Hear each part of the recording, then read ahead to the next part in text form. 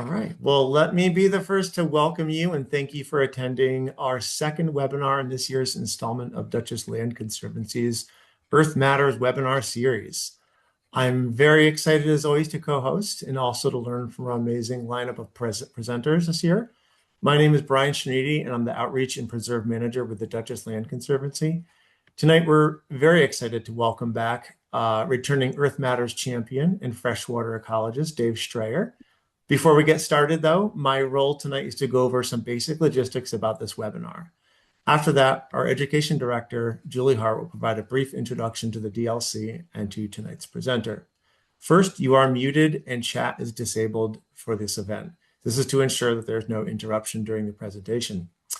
Second, the raise hand function is disabled.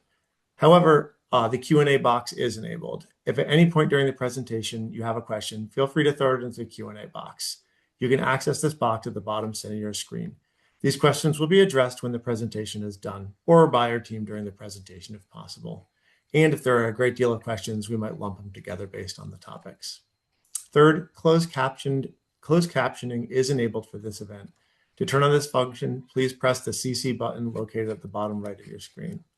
And finally, enough housekeeping. So I'm going to hand it over to Julie Hart, our education director, who will tell you a bit about the Dutchess Land Conservancy, this webinar series, and tonight's guest presenter. Julie. Thank you, Brian. I'm Julie Hart, an ecologist and educator here at the Dutchess Land Conservancy, and I'm so glad you could all join us this evening for another great Earth Matters webinar. Many of you are probably familiar with the DLC, but for anyone who's not, here's a quick overview. The Dutchess Land Conservancy is a private, nonprofit land conservation organization located in the Hudson Valley of New York State, and we're dedicated to preserving the farms and forests, wetlands and waterways, open spaces, and wildlife habitats of Dutchess County. We are an accredited land trust, and since our founding in 1985, we've worked with hundreds of landowners and protected over 48,000 acres of land. We are grateful to all of these conservation-minded folks and grateful to our sponsors, the Molly B. Schaefer Education Fund, Labella Associates, Structure Works, and Mutual of America. It is so good to be back for what is now the 5th season of our Earth Matters webinar series. This season, we're focusing on the topic of land health and asking questions like, what do we mean when we talk about land health? And what is resilience?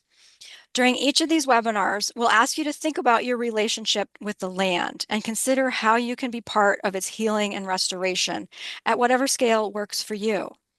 I hope that these webinars will help you to connect more deeply with the landscape around you, to read the stories that can be found in our lands and waters, to see the complex interactions of plants and wildlife, and to find a new appreciation for the diverse and resilient ecosystems and communities that surround and support us all. Tonight, we are truly excited to welcome back our dear friend, Dr. Dave Strayer, retired freshwater ecologist from the Cary Institute, as our speaker this evening. You may remember that Dave was part of our 3rd season of Earth Matters, where we focused on the history and ecology of our own Hudson River Valley region. Dave spoke about the ecology of the Hudson River, which he researched extensively during his 30-plus years as a freshwater ecologist at the Cary Institute of Ecosystem Studies, which, as many of you know, is right down the road from us here. Dave is now retired, and he lives in Michigan, where, like most retired scientists that I know, he keeps on sciencing, including writing a new book about freshwater systems, which we'll be learning about this evening. So the thing about Dave, which he has in common with many of the scientists I've known, is that he has this way of taking something, like a perfectly ordinary fact or concept that you've known about your whole life. And then he explains it or describes it in a way that makes it entirely new and kind of mind-blowing. So tonight, Dave will be describing the rich and imperiled life of the world's inland waters and discussing how we can best preserve these ecosystems and species for future generations. So with that, I will stop sharing my screen and turn it over to Dave to talk about the world beyond the sea, the hidden life in lakes, streams, and wetlands. Thank you, Julie, and thanks to the DLC for inviting me and helping me get this talk set up. So I'm hoping you can see the slides. You guys can see the slides. Excellent. Okay, so my subject tonight is what I think of as the other blue planet or the other blue parts of our planet. And I'm going to be talking about the life in the world's inland waters. So most of you have probably heard the Earth called the blue planet, and that's because of the oceans that cover about 70% of the Earth's surface. If you look at where the water is on our planet, it's almost all in the ocean. This pie diagram shows about 95% of the water on the planet in the ocean. There's a little in the ice caps, there's some in groundwater. You might be wondering where the pie slice is that represents lakes and rivers and streams and inland wetlands. And that slice is on this pie diagram. It's just too small to see. It's about 1/100th of 1% of all the water on the planet is in inland waters. Now, even though it doesn't show up on the pie diagram, and it's just a little bit of water from a planetary perspective, these inland waters are really important to human life. It's where we get our irrigation water, our drinking water, water for waste disposal, waterways for navigation, hydropower, and a million other things. It's vitally important to human life and well-being and economic well-being. It's also really important to biological diversity. The pie diagram here on the right side is not the amount of water in the ocean and other waters, but it's the number of fish species that have been described from the ocean and from the inland waters. And you can see, even though lakes, streams, and wetlands represent a almost trivial amount of water on the planet, more than half of the fish species on the planet live in this little bit of water. And so I'll be talking tonight kind of about why that is, why this little bit of water that's in inland waters is so important to biological diversity. I'll be talking a little bit about um, some of the life that lives in inland waters and something about conservation. And I see I've stepped all over my next slide. I was supposed to wait to show you this slide before telling you what I was going to talk about. So these are the topics I'm going to try to cover tonight. I've already said uh, the stuff on this slide, I guess.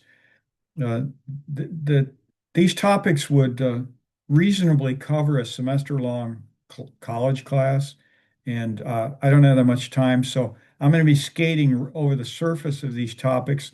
I find that frustrating. You're going to find that frustrating, but it's the best I can do in the limited time available. I'll give you just a hint um, of the most interesting stuff about these topics, I think. Okay, so first, I've already used the term inland waters. It's not a super common term in English, so let me explain what I mean.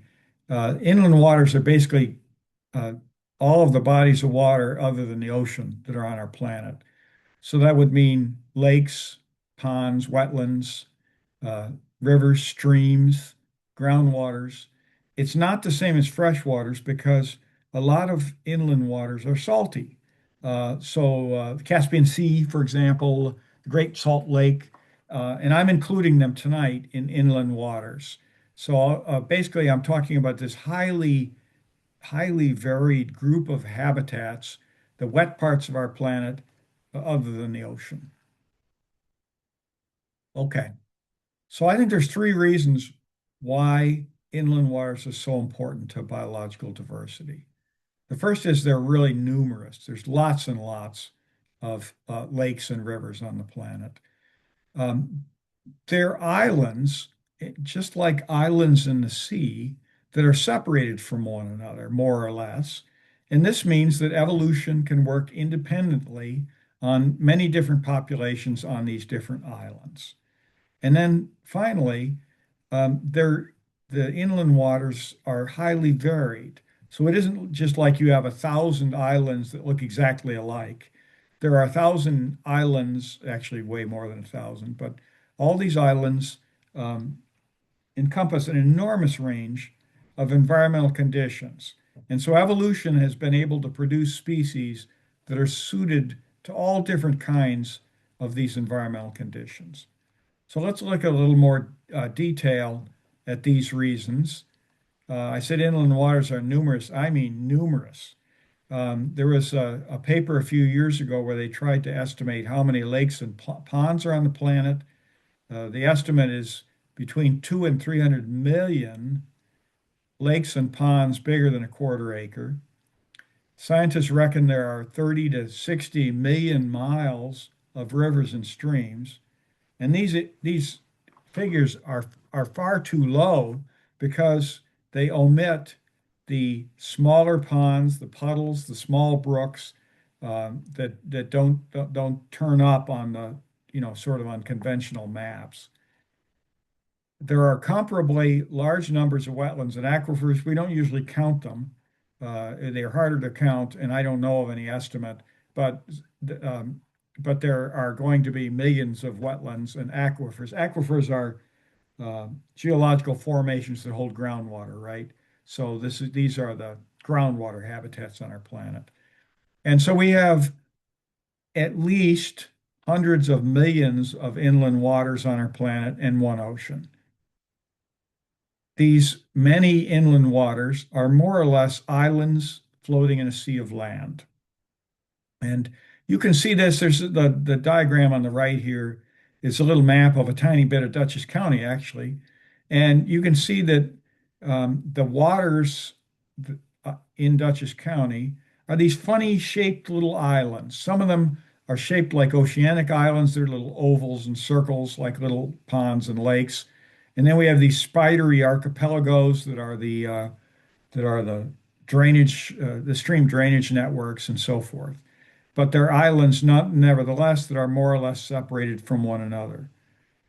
The degree to which these different habitats are isolated depends not just on their geography, but it also depends on the biology of the species we're thinking about. So there are some kinds of fish that live only in the deep waters of lakes. And so if we have two lakes, like in this diagram, you might have two different populations of this deep water fish. There's no way they're going to get from one lake to the other because they would have to cross not just land, but shallow waters that are inhospitable to that species. If you think about a species like a snail, there are fewer islands. These snails might be able to slowly disperse through all of the rivers and ponds in one drainage network, but then they can't get to the next drainage network. And then there are mobile species like dragonflies, flying dragonflies, and waterfowl that can range over the whole group of islands. And so the degree of isolation is far greater for the deep water fish than it would be for something like a mallard duck. The thing that surprised me when I was writing this book is that on the planet Earth, there are way more watery islands floating in the sea of land than there are islands of land in the ocean. Uh, there are about 175,000 islands in the ocean that are 25 acres or bigger, and there are more than 10 times that many islands of water floating on the land, about 2 million lakes bigger than 25 acres. So, it's funny when we think about an island, we always think about like Gilligan. There's a sandy island with a palm tree on it. And what you really should be thinking about maybe when someone says island is a lake in Sweden. I expect that many of you know that biological diversity is very high on islands. Evolution can proceed independently on different islands and match species to the peculiar conditions on the island. And so there are a lot of famous examples of biological diversity on oceanic islands, the Galapagos finches, the Hawaiian bird fauna, uh, tree snails in the Polynesian islands, and so on. And it's the same way with inland waters that we have this high diversification in some of the lakes and rivers on the planet.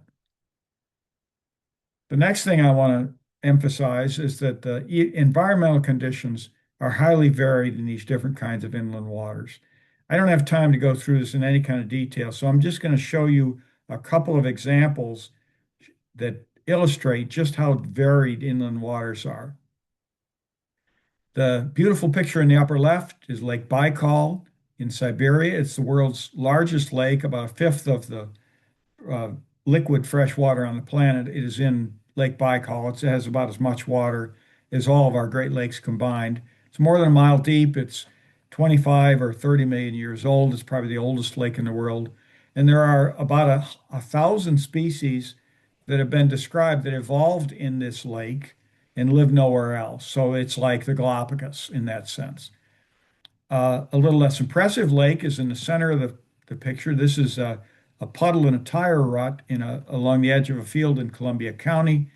And you might be thinking, well, how is this lake? How is this interesting to biological diversity? This is a very characteristic habitat for little crustaceans that are called clam shrimps.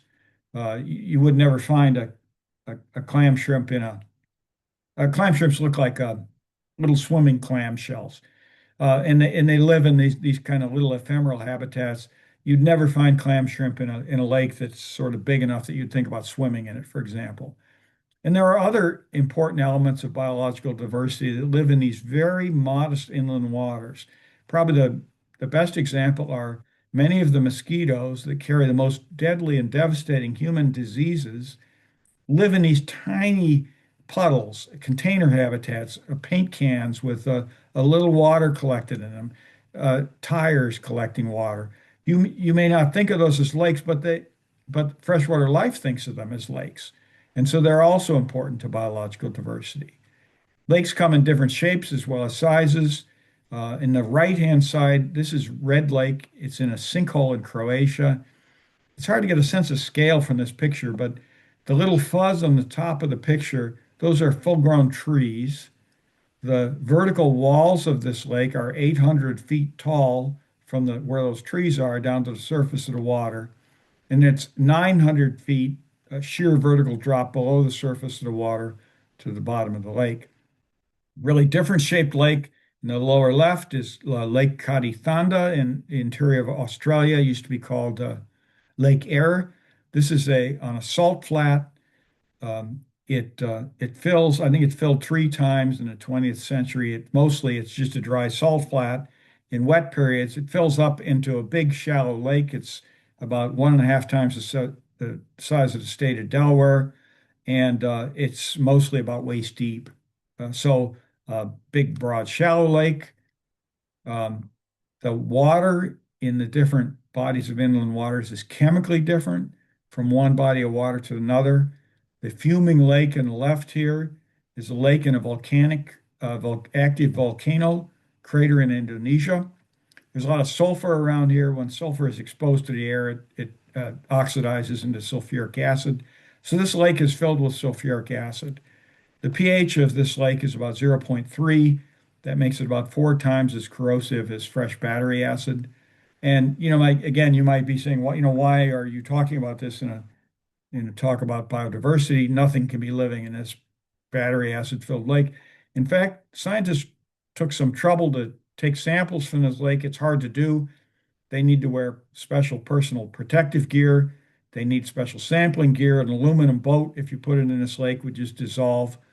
And so they got down there and they sampled this lake very carefully, and they found 4 species of microorganisms living in this lake. There's no animals in the lake, but the outlet of the lake gradually neutralizes as it flows towards the sea. And by the time the pH rises to be as high as vinegar or lemon juice, there are animals living in the outflow of this lake. So there's a specialized group of species that live in these very, very acid waters. At the other end of the spectrum are the alkali lakes. The picture is Lake Nakuru in Kenya. The pH of this lake is about 10.5.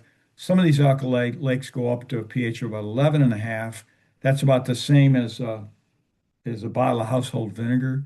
And again, you might think, well, how can anything live in that? In fact, there are very few species that can tolerate such basic alkaline conditions, but they do team when they find the right habitat. And so what you have is just in this acidity gradient, you have species that are adapted to these highly corrosive acid waters.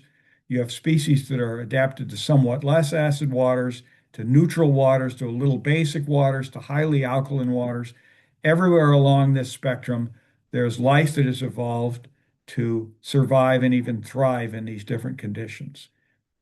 And again, I don't have the time to talk about all the different ways that the environment in inland waters varies, but there are many other axes of variation.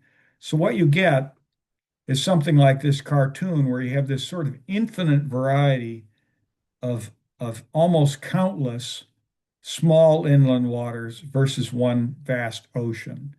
And, pound for pound or acre per acre, there's a lot more species in the inland waters than in the ocean. And I think that's why.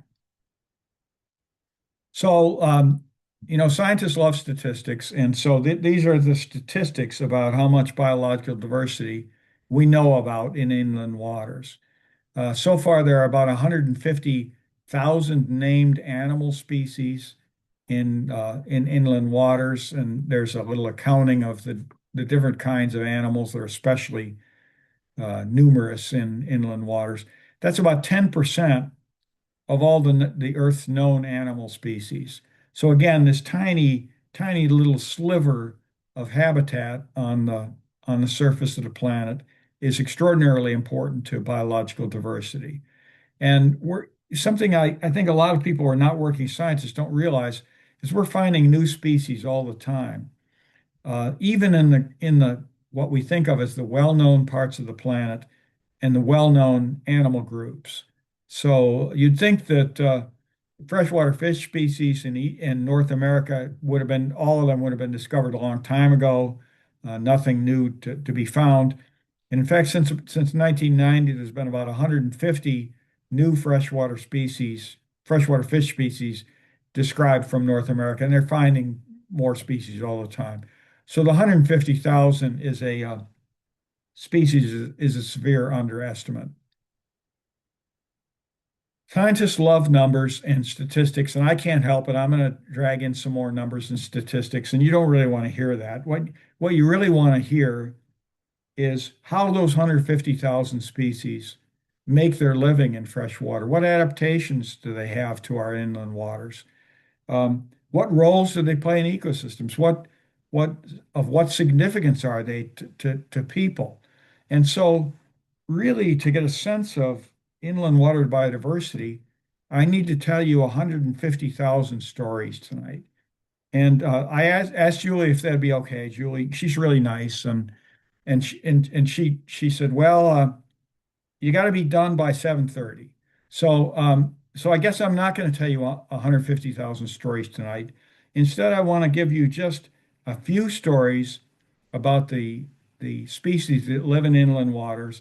There are a few more stories in the book, not 150,000 even there, but I want to give you some sense when a scientist uses these numbers, sort of what that translates to in terms of the biology. So in the book, I discuss the adaptations that inland water organisms have to meet four challenges. And tonight I'm going to talk about two of those briefly. I'm going to tell you a few stories about how organisms hold their place or move against the current in rivers and streams.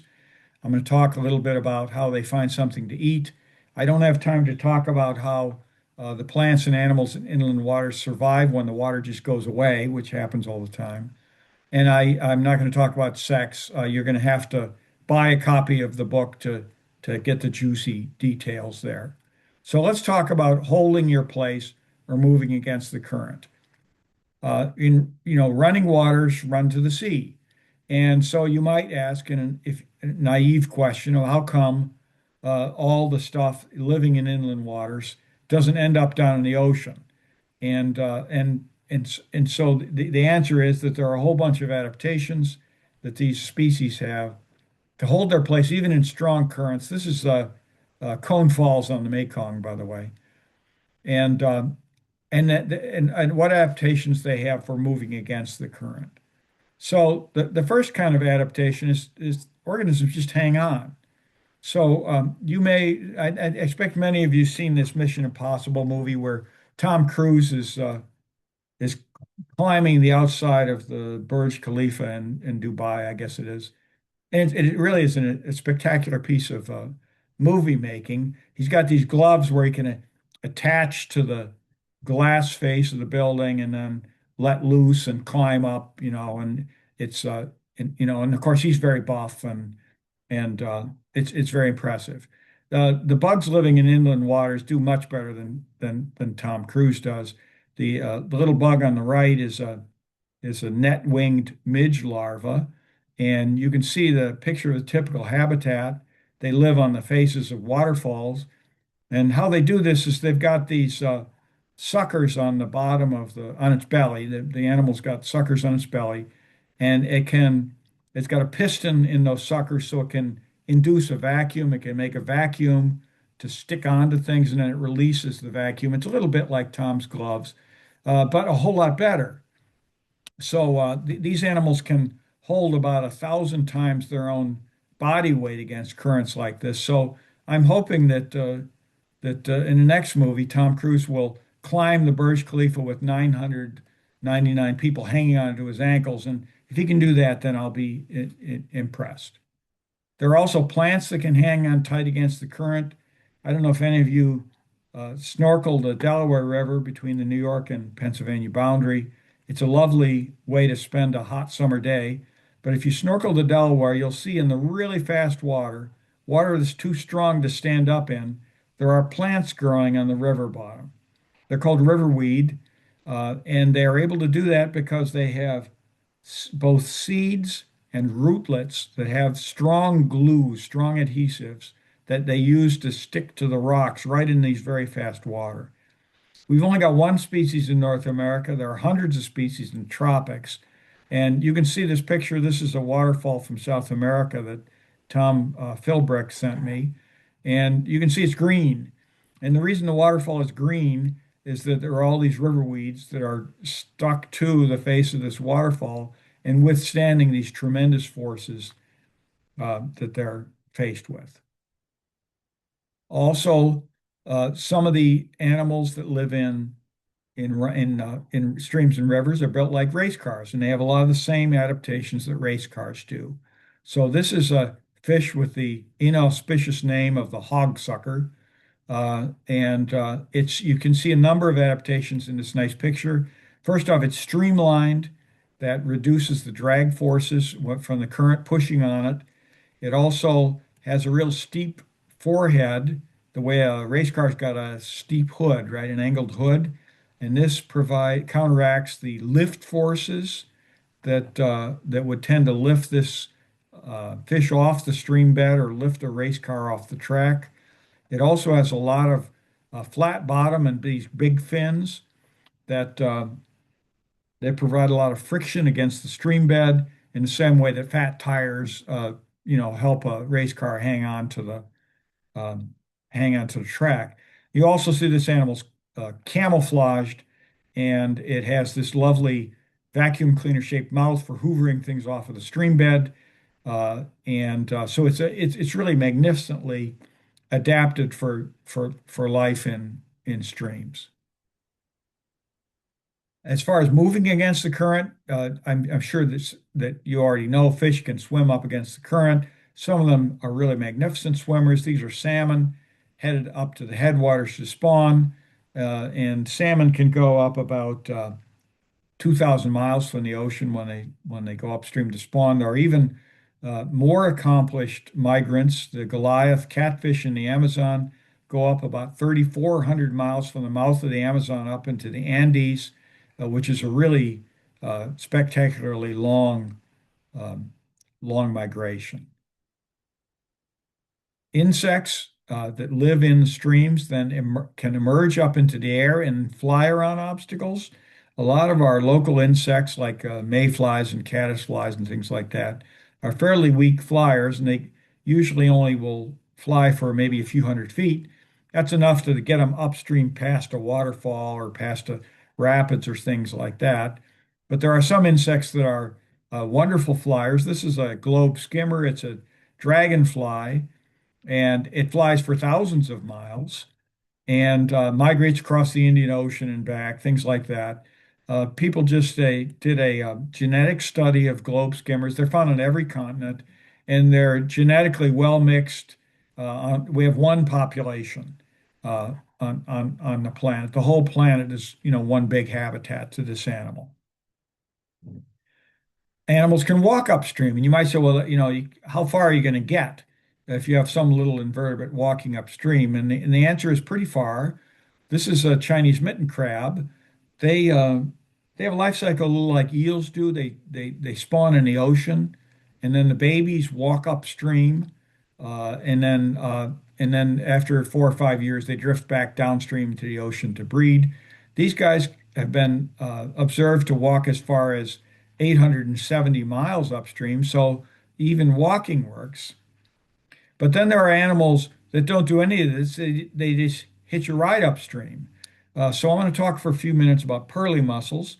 Uh, you've probably seen these in lakes and rivers around eastern New York. They're common enough. These are the big freshwater clams or freshwater mussels you see along lake and river shores. They have this funny life cycle. The larvae are parasites of fish. So there are males and females. The females brood larvae in their gills, and then when the right season comes, they release these parasitic larvae into the water to find a host fish. And they attach onto the fish on the gills or the fins of the fish. The fish carry these larvae around for a couple weeks, and then the baby mussels fall off of the fish to the stream bed and turn into regular mussels. Um, this is how the life cycle was presented to me when I was a student so many years ago. It seems like a really stupid life cycle. The larvae can't swim, they're not motile, they only live for 2 or 3 days. They're picky about what kind of fish they want to attach to. Some of them have to attach to just one species of fish. We have a species out here in the Great Lakes of mussel that needs to attach to a lake sturgeon. Nothing else will do. And so you say, well, how are they going to get onto a lake sturgeon if they can't swim and they live for 2 or 3 days? And the answer was always, well, the females release prodigious numbers of larvae, and somebody is going to get lucky and encounter a lake sturgeon. It still seemed like a stupid life cycle to me. And in fact, in the last few decades, mussel biologists have discovered that's not how the mussel life cycle works at all. Most mussels, the females release the larvae as in some way that seduces fish into carrying them. So these are the larvae of the Washita kidney shell mussel. They're this structure you're looking at here is about a half inch long. It looks a great deal like a larval fish, right? I mean, it has a red mouth, it has black eye spots. You got those little markings along the side, the muscle bundles, like you see in a real fish. And what this is really is a Trojan horse. If you break one of these structures open, there are all the larvae inside. And so what happens is mom releases these lures into the environment. And when a fish bites them, the Trojan horse opens up and infects the fish with larvae. This is another mussel species. This is the female of a rainbow mussel. The edge of her body is the lure in this case. We have rainbow mussels out in western New York and all through the Great Lakes region. And the host fish in this case is a smallmouth bass or a rock bass. These are fish that like to eat crayfish, and you can see the edge of the mom's body looks a lot like a crayfish. She actually moves this around. I don't have a movie of it tonight, but she moves this around, and when she's attacked, the fish is infected with larvae. Here's a movie of a fish that does a mussel that does even better. This is a snuffbox mussel. You can't see it in this picture, but she's waving a little lure that attracts fish. The host fish in this case is a log perch. It's a little fish that spends its time looking around on rocks, underneath the rocks for something good to eat. You'll see a log perch approach here. He's snuffling along the stream bottom looking for something to eat. He sees the lure, comes over, and she's got him. There's a surprised fish. And while she's holding the fish very firmly, she releases the larvae onto the fish. So in this case, the mussels are able to move upstream against the current by hitching a ride onto fish. Okay, the next adaptation I'm going to talk about for a few minutes is finding something to eat. Animals that live in inland waters, some of them have very familiar feeding modes. We have a lot of browsers in our waters. These are basically the underwater equivalents of cattle grazing on a pasture. So I'm sure that many of you have seen snail grazing tracks in like in a glass aquarium glass. These you can see the snail here is working his way around eating the algae that live on the aquarium glass. We have lots and lots of animals that feed on the sort of scummy surfaces of rocks underwater. They feed on aquatic plants and things like that, and it's a very familiar way of feeding. Here's one that's a little less familiar because water is a lot denser than air is. There's a lot of organisms and other things floating around in the water. We don't really have an equivalent of this very much up in the air. It's almost like you'd go down to the playground with your kid. You'd be sitting there and there'd be French fries and apples and Snickers bars and stuff floating through the air for you to pull out of the air and eat. And there are a lot of animals which are called filter feeders or suspension feeders that either pump the water through their gills and strain out the bits of food out of the water, or they have other devices that they can rake through the water to catch these little bits of food that are going through the water column. So the upper right here, there's a picture of the fans on the head of a blackfly larva, and this animal uses these beautifully built fans to catch food out of the water column. Probably my favorite in this group are the caddisflies. These are net spinning caddisflies. You can see it builds a silk net. It's a little like a spider web. And these are super common in streams around Dutchess County. If you pick up a rock, you'll see an animal hiding in a retreat next to its net, and it just sits there. It watches TV or reads a cheap paperback. I'm not sure what it does. While it waits for food to collect on its net, and every so often it goes out and cleans the food off its net. We also have scary predators in inland waters. So I love this picture. This is an alligator gar from the American South. There are still some pretty big alligator gars in the rivers in the South. They get to be about 10 feet long. They're very toothy at the business end of the fish. Um, there are also, I'm going to try to show you a movie here. These are catfish that have learned now I did it. Catfish that have learned that pigeons are good to eat and slow to learn. So these catfish sit uh, off a beach in this river, and they go up on the beach just like killer whales do to get seals, and where they're getting these pigeons. And the pigeons, remarkably, just keep coming back. I don't know about you. If this happened to me, I would get my drink downtown in the fountain or something. I would not come back to the river. Um, so these are pretty scary predators, I think. This is a really interesting example of interspecies cooperation as predation. This is an example from the Irrawaddy River in Myanmar. And there's a local population of the Irrawaddy dolphin that lives in this river. They're nearly gone. In fact, they may be gone as I speak, because they were down to a few dozen animals the last I knew. But they've learned to fish with the fishermen. So the fishermen go out in their boats. They've got a stick in the boat with them, and they pound on the gunnel of the boat to attract the dolphin. The dolphin comes over, chases fish towards the boat, and then the fisherman throws out his net and catches the fish, splits the haul with the dolphin. And the fishermen who fish with the dolphin catch 2 or 3 times as many fish as the fishermen who don't have a dolphin. And so they can afford to be generous with splitting the catch with the dolphin. My own nightmare predators in freshwater are these flatworms. Luckily they're not big enough to eat people. They are really gruesome predators. I guess I don't have time to talk about them tonight. The one in the lower left, I will mention, this is a flatworm that can photosynthesize. It has algae right inside its body, and so it eats by photosynthesizing. And if there are animals that can eat by photosynthesizing, it seems fair that there are plants that can eat animals, eat meat as predators. This is a plant called a bladderwort. It's real common in local ponds. These little things that look like clearish looking seeds are actually traps.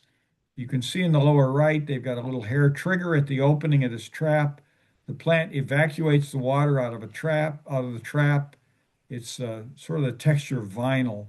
And so they put a vacuum on this trap. When an animal comes by and touches that trigger, the bladder opens up in about 1/100th of a second. The animal is captured. And we'll look at a video of this. This video shows this capture in real time, and then it shows it slowed down because in real time it's too fast to see, right? So here's yeah, there it is. So here it is slowed way down.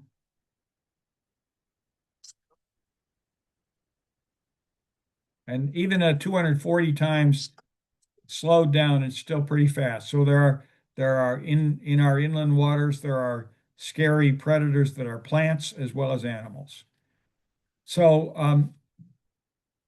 again, I don't have time to talk about this, but these enormous range of conditions in these hundreds of millions of habitats on the surface of the planet have allowed for the evolution of the most varied kind of life that's matched to those different kinds of conditions.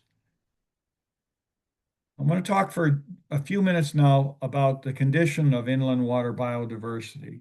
And the short answer is it's doing not really great. The reason is I said at the beginning that little bit of inland waters on our planet have been really important to people, and we haven't always been very thoughtful about our impacts on inland waters. And so there are a bunch of things that we've done that are rough on inland water life. We've built dams on most of the world's uh, big and small rivers. We've grossly polluted uh, a lot of rivers and lakes. We've overharvested fish and sand and other things from our lakes and rivers. We've changed the land use in the watersheds, which is something I expect you guys, DLC people, know all about. When you change the land use from a forest to a cornfield, it has effects on aquatic life. We've overdrawn water from many of our inland waters. This is probably the most famous example. This is the Aral Sea in the bottom middle here. Uh, was the fourth largest body of inland water on the planet. The picture on the left is from about 1960, and then the picture on the right is the way it is today. Most of what was the Aral Sea was sucked up to provide irrigation water and is now a desert. And then we have biological invasions and climate change. And the end result of all this is that the condition of inland water biodiversity is much poorer than on the land or in the sea. So this is going to take a minute for me to explain, so please bear with me. I'm going to compare the conservation status of inland water, freshwater species in this case, in North America with those of more familiar birds and mammals. I think many of you know something about the conservation status of birds and mammals, the challenges that we face. These data are from a group called NatureServe. They have, I think, probably the best comprehensive ranking of the conservation status of North American species. And they rank the species as either being extinct or in one of five categories, G1 through 5. So on my pie diagrams, the extinct species are represented by these scary, lurid colors, the red and the pink. And then the G1 through 5 species are represented grayscale. G1 species are in black. These are species that are hanging on by their fingernails. California condor is a G1 species. And then as the shades get lighter and lighter, the species are in more sound footing. I'm going to single out the species that are extinct or G1, 2, or 3. These are species that I think of as being in serious conservation trouble. So some G3 species that you know about are spotted owls, piping plovers, polar bears. These are G3 species. So when I'm talking about G3 fish or shellfish, you should be thinking polar bear. So what you can see for North America, we have just a few extinct species of birds and mammals, and then we have about one out of uh, eight of the species are in some conservation peril, and I think probably you all know something about that.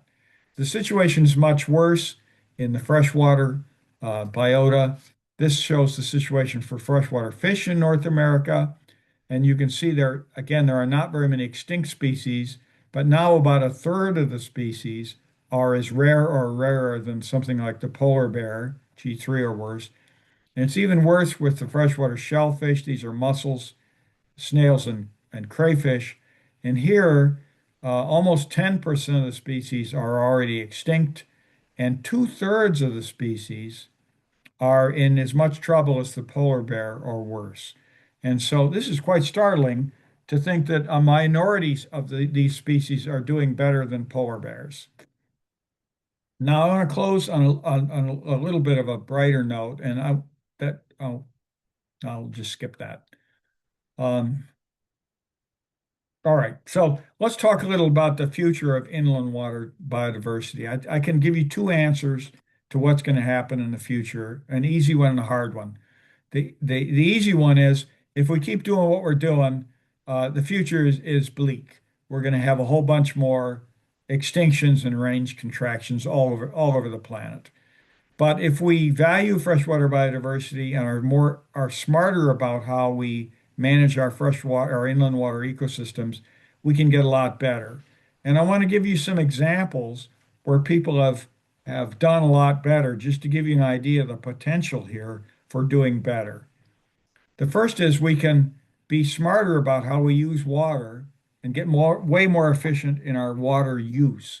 So we have a local example that some of you probably know about, that about 1980, New York decided they were running short on water, and there was a lot of talk about building another reservoir in the Catskills, which the people in the Catskills weren't thrilled about, or drawing water from the Hudson River, which the people around the Hudson River weren't thrilled about. And there was some political pushback on these plans for New York to increase its water withdrawals. So instead, what New York decided to do, the city decided to do, was get more efficient in water use. And so they've done things like fixing leaks and metering water use and things like that. And as a result, the amount of water that New York City uses, whether expressed as the total amount of water the city used or as the per capita water use, has fallen by about a third since 1980. And that's really remarkable. And when you go down to the city, you don't have the impression that, water's being rationed or anything like that. You can still get water to drink or flush the toilet or whatever.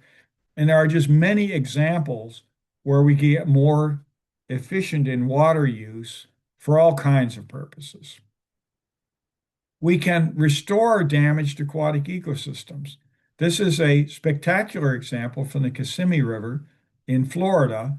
In the 60s, they decided it would be a good idea to make the Kissimmee River more efficient at carrying water out of central Florida. And so they replaced this curvy river with a straight canal. And it just shot water right down to Lake Okeechobee and then out to the oceans. And some of you know that this caused enormous ecological and economic problems in Central Florida. So the Corps of Engineers said, well, oops, and they've restored the river. So what you can see in this picture, this line, the tan line here is the canal that they had built in the 60s.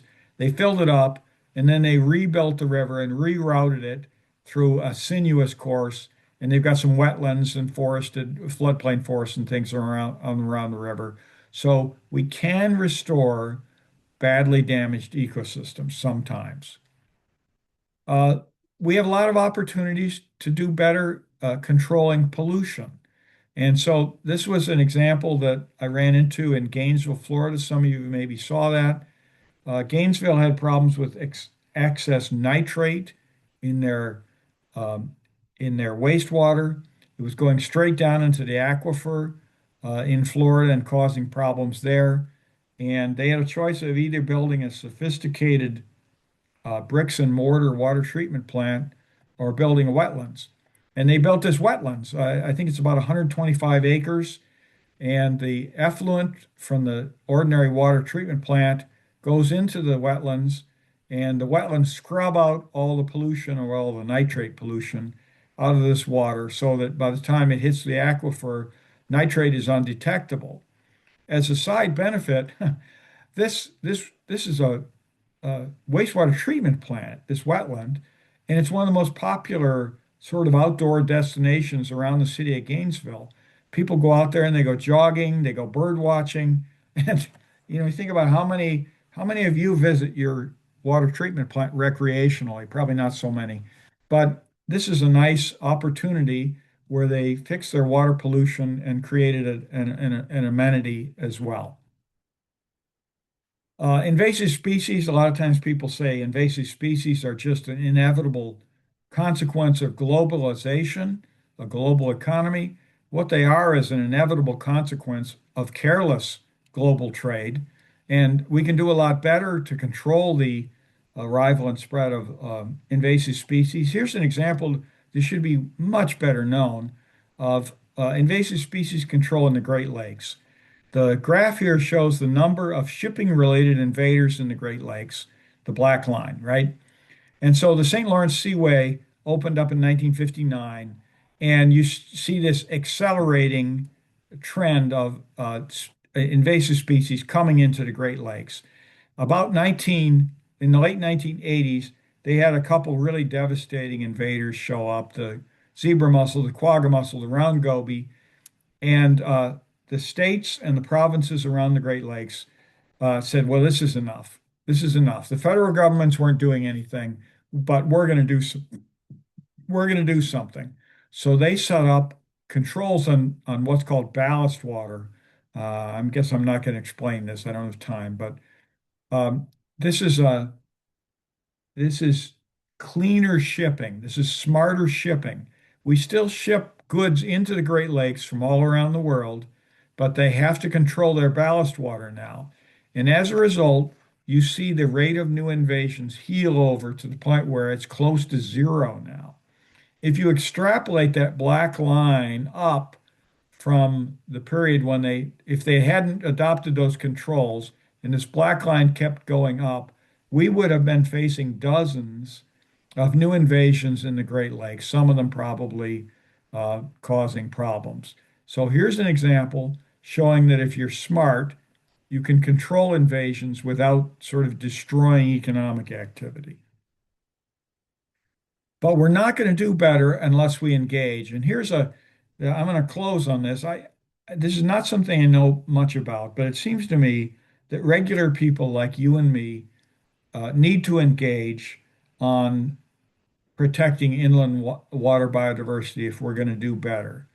And I'm sure that somewhere along the line, you've encountered a list of personal actions that you can take to help inland water biodiversity or freshwater biodiversity. And I'm not going to spend much time on the list because I think you've probably seen most of these. You can use less water around your house and your garden. You can build rain gardens and minimize impervious surfaces. You can be careful about keeping pollutants out of water coming out of your yard. Don't move invasive species, and so on. But there are also, if we're gonna be making progress on protecting inland waters and the biodiversity, we need to engage in collective actions because a lot of the impacts aren't the result of individual actions, but the result of collective actions, dam building, invasive species policy, things like that. So I think that we need to think about getting engaged with political systems from all levels, from the local to the national level. And again, these ought to be pretty familiar bits of advice. Support your pro-environment candidates, write to elected officials to congratulate them on doing something helpful or to berate them on doing something unhelpful. You can submit comments on proposed laws, speak at hearings, that sort of thing. And especially at the local level, your voice can be very effective, I think. You can also join and support organizations that protect inland waters. And this is not why DLC invited me to advocate that you join and support the DLC, but that's exactly the kind of thing I'm talking about. These organizations often are politically savvy and well connected in the political realm, and they do a lot of good by advocating for smarter laws and regulations, by buying and protecting key habitats. Some of these organizations sue the bad guys, which right now is I think, a very helpful thing, and educate people and so on. Again, this is not something I'm expert at, but it seems to me that if we don't do at least some of the things on this list, we're looking at a future where we're going to lose a lot of these species. And if we don't engage, what will happen is that there'll be that somebody like me will give this talk in 50 years, and there's going to be a lot few marvelous things to talk about and a lot more stories about extinctions instead. So that's all I'm going to talk about tonight. If you want more detail, if you're really desperate, you can read my book, which is was published about a year ago and is available uh, either through the press, your local bookstore, or online retailers. And I would be happy to try to engage in discussion or answer questions.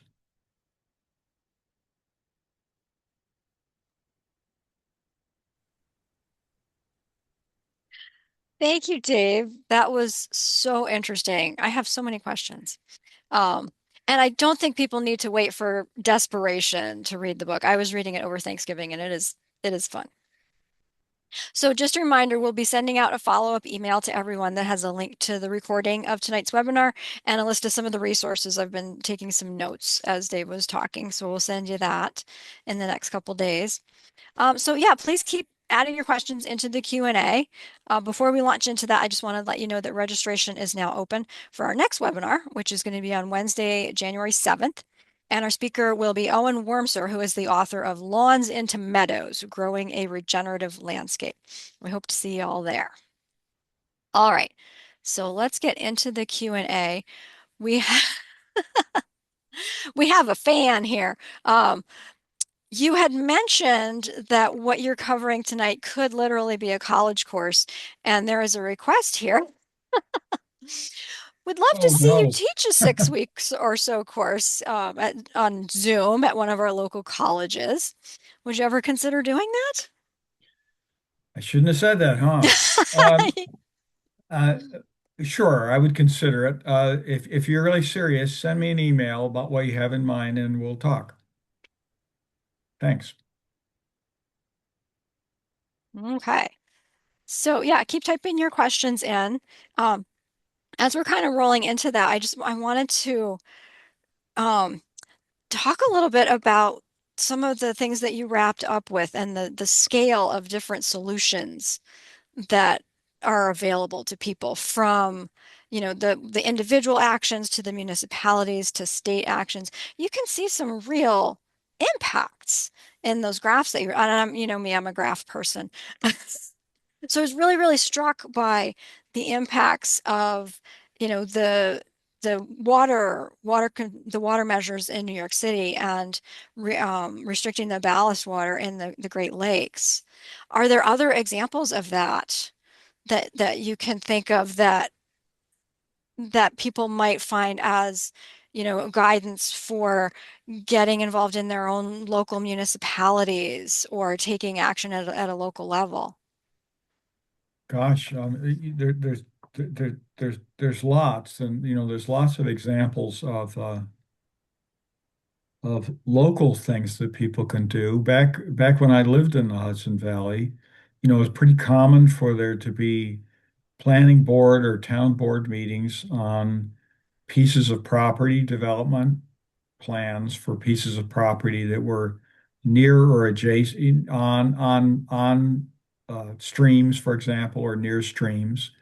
And this is a place I think where you actually can have you can actually materially change something. It's a small thing that you change, but you change it, right?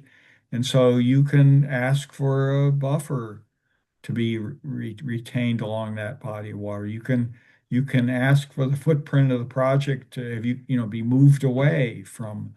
I mean, there's lots of things like that. And you know this, sometimes planning boards and town boards have got their minds made up, but a lot of times they don't. And if you come in with a sort of rational uh, objection, suggestion, alternative, I mean, my experience in your neighborhood was that that works sometimes. And if you don't, I can tell you this, if you or nobody else gets up there and suggests doing something, that something won't get done, right? So, Sometimes the other guy isn't there, right? yeah, I mean, yeah. And yeah, so I won't say anything more about that. And I don't know if you want to say anything about that, you DLC folks, because you do this kind of thing, right? Yeah. Support your local Yeah. organizations, volunteer, check out your local conservation advisory council, join that, like you said, right into your, I like how you included writing into your representatives when they do something good, because sometimes that happens. So you can do that too. I think it's always a helpful thing. Um, but I'm going to take us in a lighter direction now because I got a good question who's someone who is watching but sent me the question via text. What is the most gruesome flatworm you've come across? Okay, so if there are any children watching, you should probably, take your kids away. Ellis and Tilly, that's you. There are a couple of really gruesome ones. Uh, Flatworms, a lot of them feed, they have sort of a vacuum. You think of it as like a vacuum cleaner hose, and they stick it into the prey and suck the contents of the prey out. If you can imagine that, that's bad enough to start. But then some of them have got their mucus is paralyzing. And so if you can imagine lying paralyzed in a pool of mucus while this predator approaches with this vacuum, waving around this vacuum cleaner hose that's going to stick into you, that's pretty bad for me. Uh, there's another one that I talk about in the book a little bit that uses its penis as both, for the usual purpose and also to stab its prey. And so there's some very odd, gruesome predatory behaviors in the flatworms. Luckily for us, the flatworms are little and and not big enough to bother us. But if I were like a millimeter long, that would be what I would have nightmares about. And if I'm remembering correctly, the slide that you had all the photos of the flatworms, the photosynthetic one, that photo was from the Vernal Pool Association, which I know is a New England group. Do we have those in our vernal Yes, pools here? you've got those. They're super Oh, common. This is uh, I'm not going to remember the number, but the the the this the lake I worked on way back when I was a graduate student, I think we had about 15 flatworms per square inch of lake bottom. So these are very, very common creatures and really very, very interesting creatures.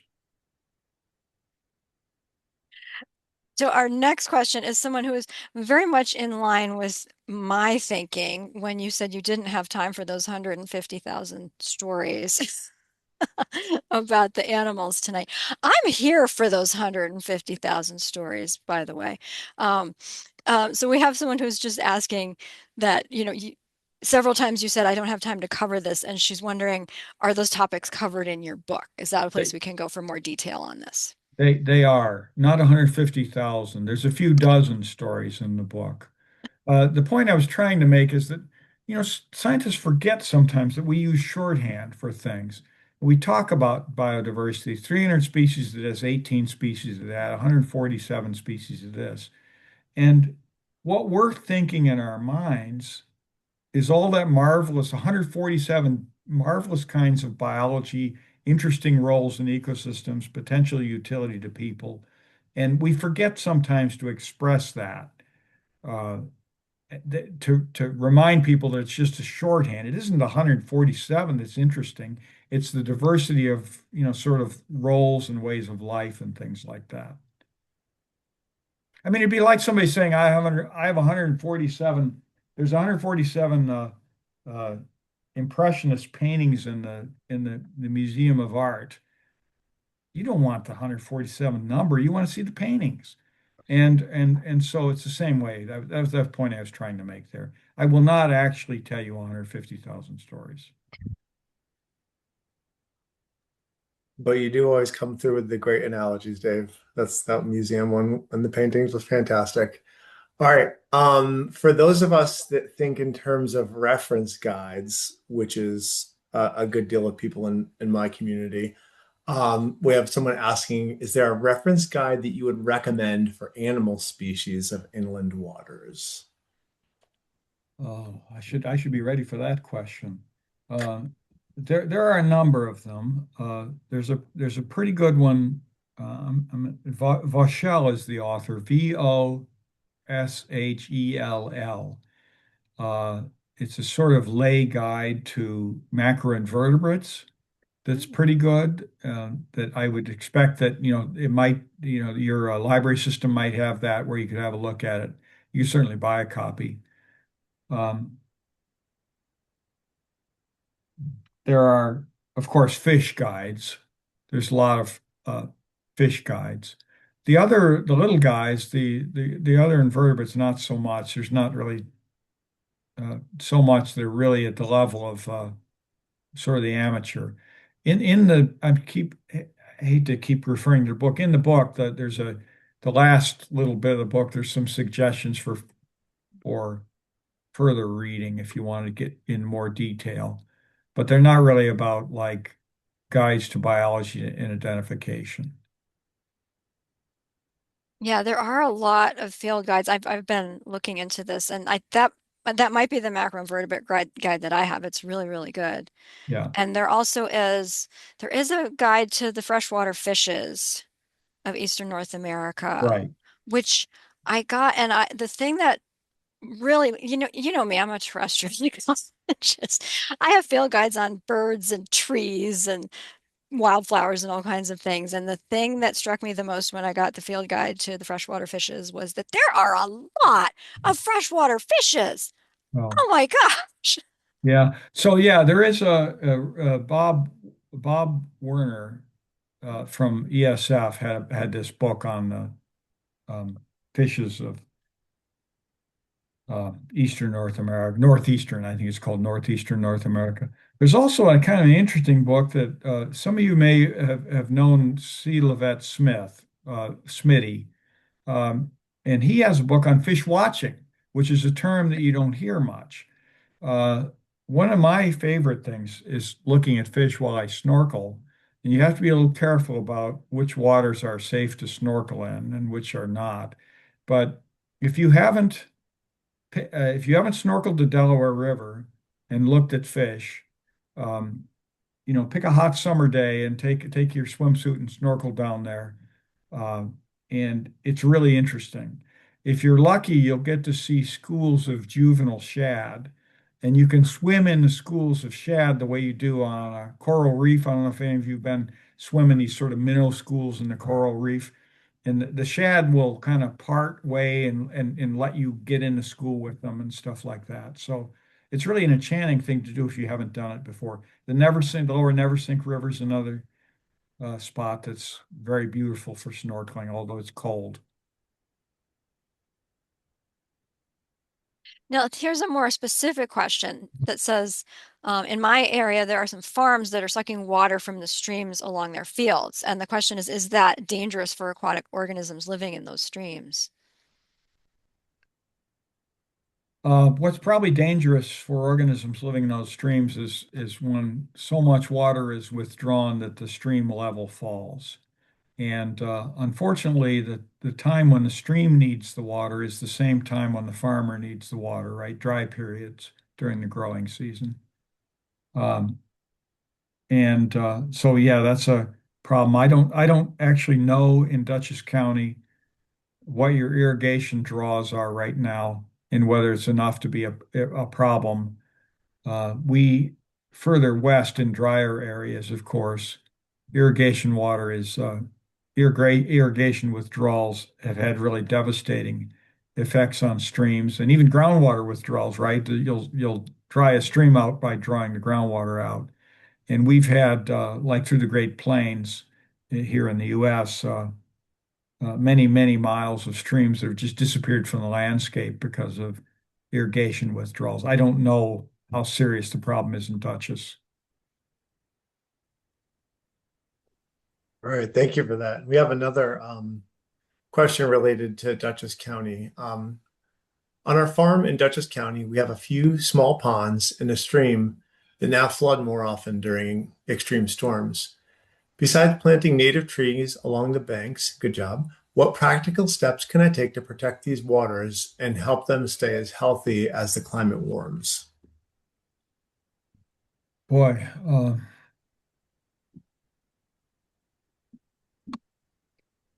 you you know the riparian vegetation I think is going to be important. The streamside and lakeside vegetation is probably important as a way of keeping these streams and ponds as cool as possible during the warming climate.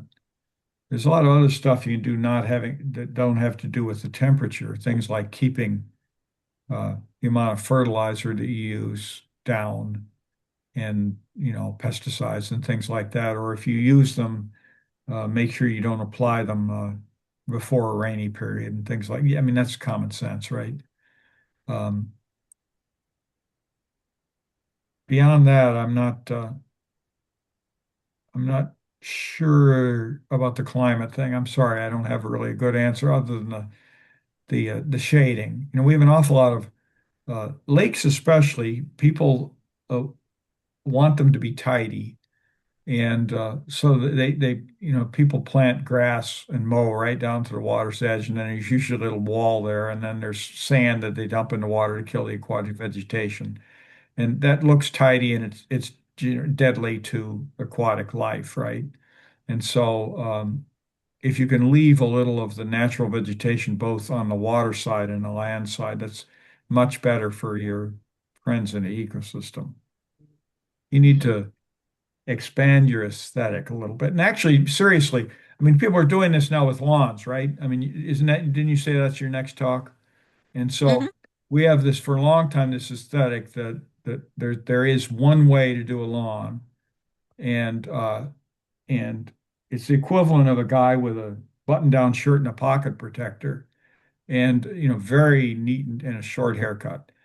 And we're understanding now that maybe there's a benefit to leaving things a little less tidy if we can adjust our aesthetic to say, well, that's that's beautiful. And I'm not, if you could see what I'm wearing, I'm not big in fashion, but I do know the fashions change and can be changed, and that would be helpful with lake and streamside management.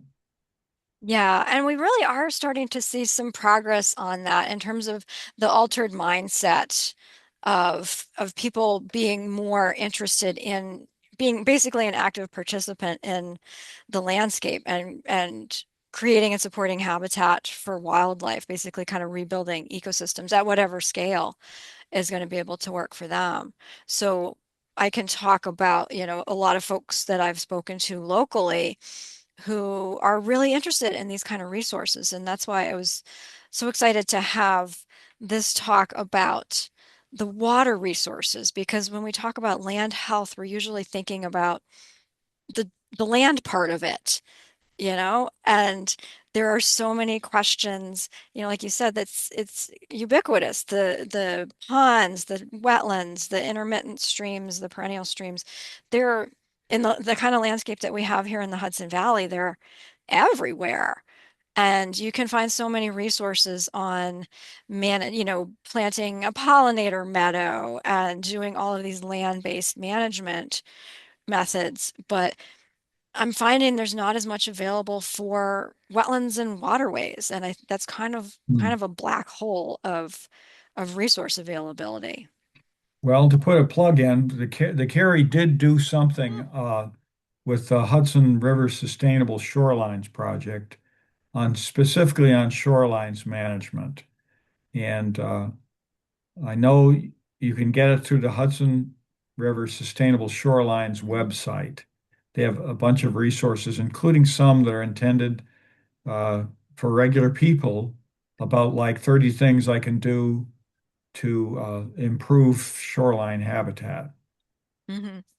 Yeah, and a plug for the February webinar that we have coming up. We'll actually have some speakers from the New York State Department of Environmental Conservation um, and the Watershed Alliance talking about the most recent State of the Hudson report, Uh, which sounds like it's all about the river, but you can't talk about the river without talking about the watershed. And the watershed is exactly what we've been talking about. It's the uplands, it's the streams, it's the wetlands, it's all of those interconnected systems that as a whole, form the Hudson watershed, and the challenges and the impacts of different management practices that they're finding in their research over the years. So one thing that jumped out in the presentation, well, first of all, I want to say thank you for showing the picture of the bladderworts because I read about this recently. And they're really common yeah. around here. I find them all the time in the lake near where I live. And I have blown so many people's minds by telling them how bladderworms work. So Yeah. that is very exciting. And I'd strongly recommend that to everyone. If you can go find bladderworts, you're not going to be able to see that microscopic, nth of a second detail of them sucking in microorganisms, but it's just super cool to be able to find them and tell people what they're all about. The graph that really jumped out the most was the imperiled species and looking at the shellfish as compared to the fish and the birds and mammals. Why is it that shellfish are so imperiled? It was so strikingly greater than the other groups of animals. So there's two reasons. Shellfish don't move around as quick as fish or birds or things like that. So the world is more island-like for them, right? I made some comment about this early in the talk that degree of isolation depends on the characteristics of the species as well as the geography. So we had uh, different species of shellfish evolve in different river systems all through like the southeastern US. As you go over the hill into the next river, there'd be a different species. So that's one reason. And they had we had many species with small natural ranges. And if you have a small range, then it only takes a small catastrophe to wipe you out. Um, and the other thing is that in our modern world, the aquatic world is now even more fragmented than it was before. It's fragmented by dams, it's fragmented by culverts, and all this kind of stuff.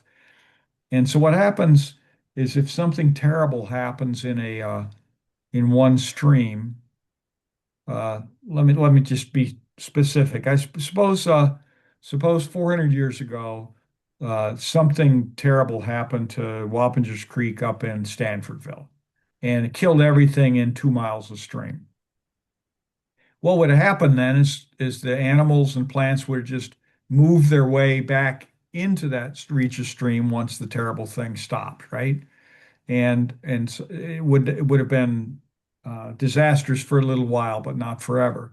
Now that 2 mile stretch of stream may be isolated from the rest of the stream by dams or by culverts, and there's no way that those shellfish, especially, can get back into that killed section of stream.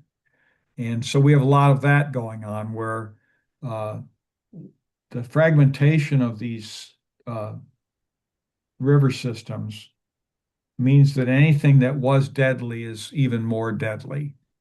And it almost doesn't matter what it is. It's pollution, it's invasive species, it's droughts, it's floods, whatever. If you can't get back in to colonize the area, then the loss is permanent. And it's more likely to be permanent in things that are not good at moving around, like shellfish, like a crayfish, than it is for something like a fish than it is for something like, bald eagle. Uh, Mhm. you kill all the bald eagles in a 2 mile stretch of stream and they'll just fly back in. I hope that makes sense. Mhm. Thank you.